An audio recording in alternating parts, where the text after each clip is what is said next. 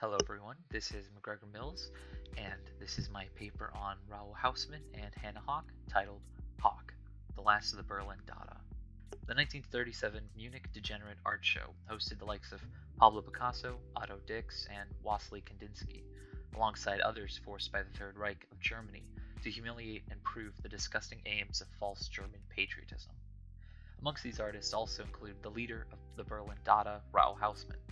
His rebellion against the conformity of art at the time allowed him to find others in Berlin during World War I to start the Berlin Dada group, where the work flourished and grew.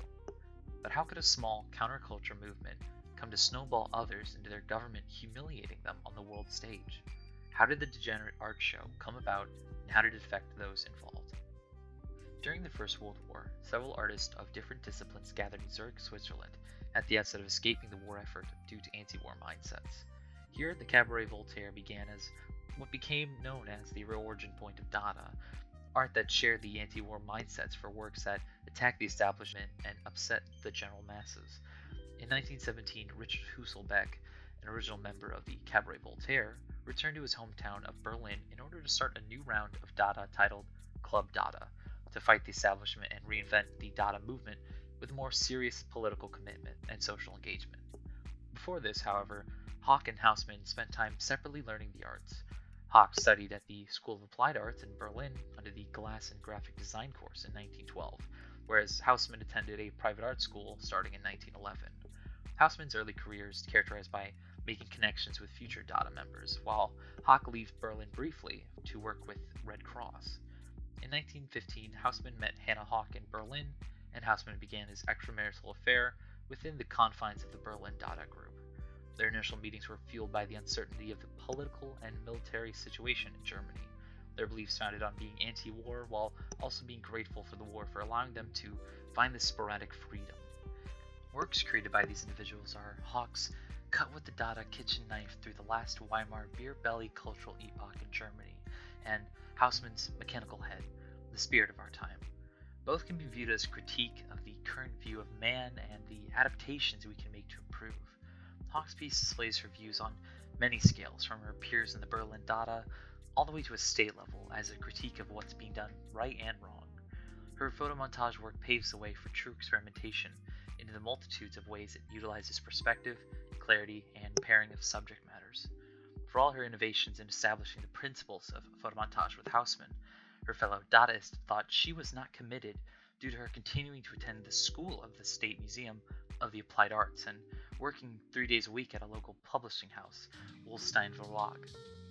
Hausmann took a more metaphysical approach, pulling futurist influence with Mechanical Head, motivated by the cyborg concept not yet labeled in the Weimar Republic. As presented in Raoul Hausmann's Revolutionary Media, Dada Performance, Photomontage, and the Cyborg, quote, Hausmann's cyborg also evoke the still more heterogeneous and postmodern notion of identity that Haraway articulates, hybrid identity in its most radical form. Hausmann's mechanistic understanding of subjectivity developed through a critique of Freudian models, end quote. Both designers are examining the cause of the Great War, and given their different views, find new, unique angles to examine while being in the same situation. Hoch breaks the affair with Hausmann. While being beneficial for their work, it was incredibly detrimental to Hoch, Hausmann going as far as fantasizing about killing Hoch. She promptly left for Holland in 1926, as she would live with Till Brugmann, her romantic partner for 9 years. As Hoch evolves and brings with her the experiences weathered, she's created Strange Beauty as a combination of her international interest and views on the human mentality. The piece seeks to question contemporary norms of feminine beauty and pulls upon Renaissance composition and present a twist of expectation, as the figure's glasses only enhance our view of the subject, creating a new, startling, and strange dynamic with the audience. Others debate that her work were more confrontational of the racism and colonial abuse of the times. Hausmann, along with other Dada members without raison d'etre, were left to turn Dada into principles and formats, like the photomontage before them. For the same reasons they mocked Hoch, they now needed to seek out new avenues as art once again moved with the times.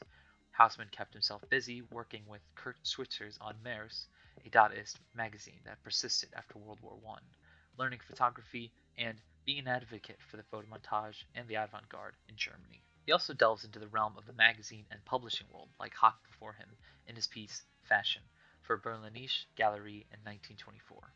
This piece features Hausmann and uses a thin sans-serif font to enhance the modernity of the work.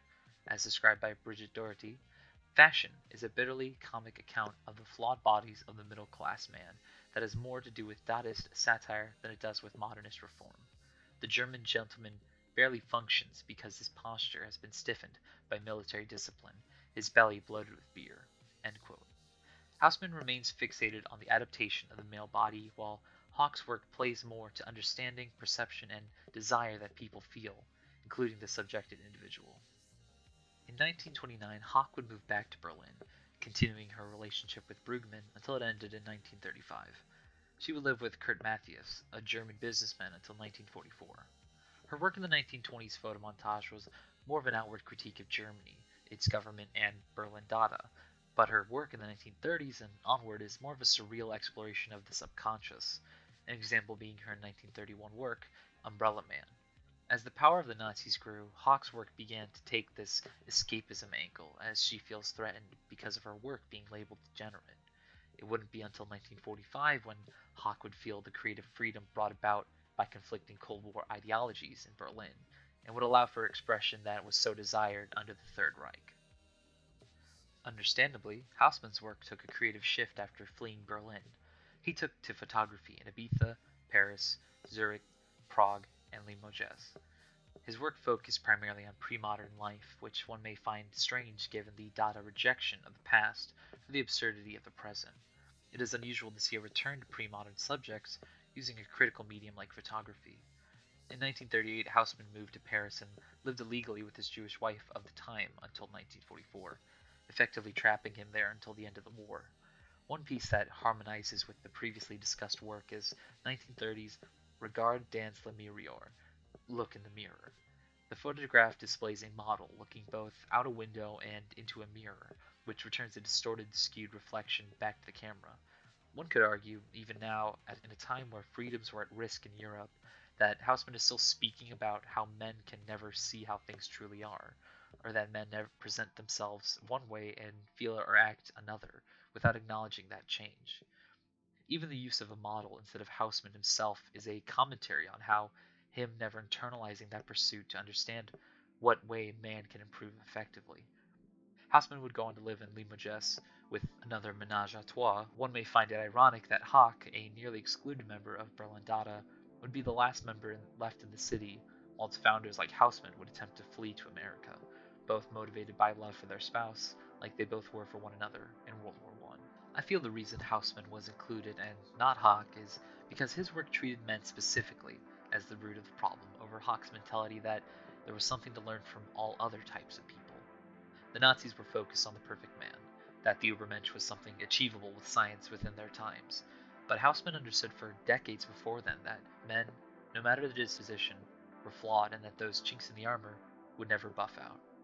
His works, like the dozen of other modernists, upset the Third Reich and got him corralled into the degenerate art show, alongside others willing to critique the status quo the Nazis wished for, while Hoch was passed over for the same reason Berlin Dada wanted to exclude her. Her works were never truly against fine art. It was all in the pursuit of self-discovery.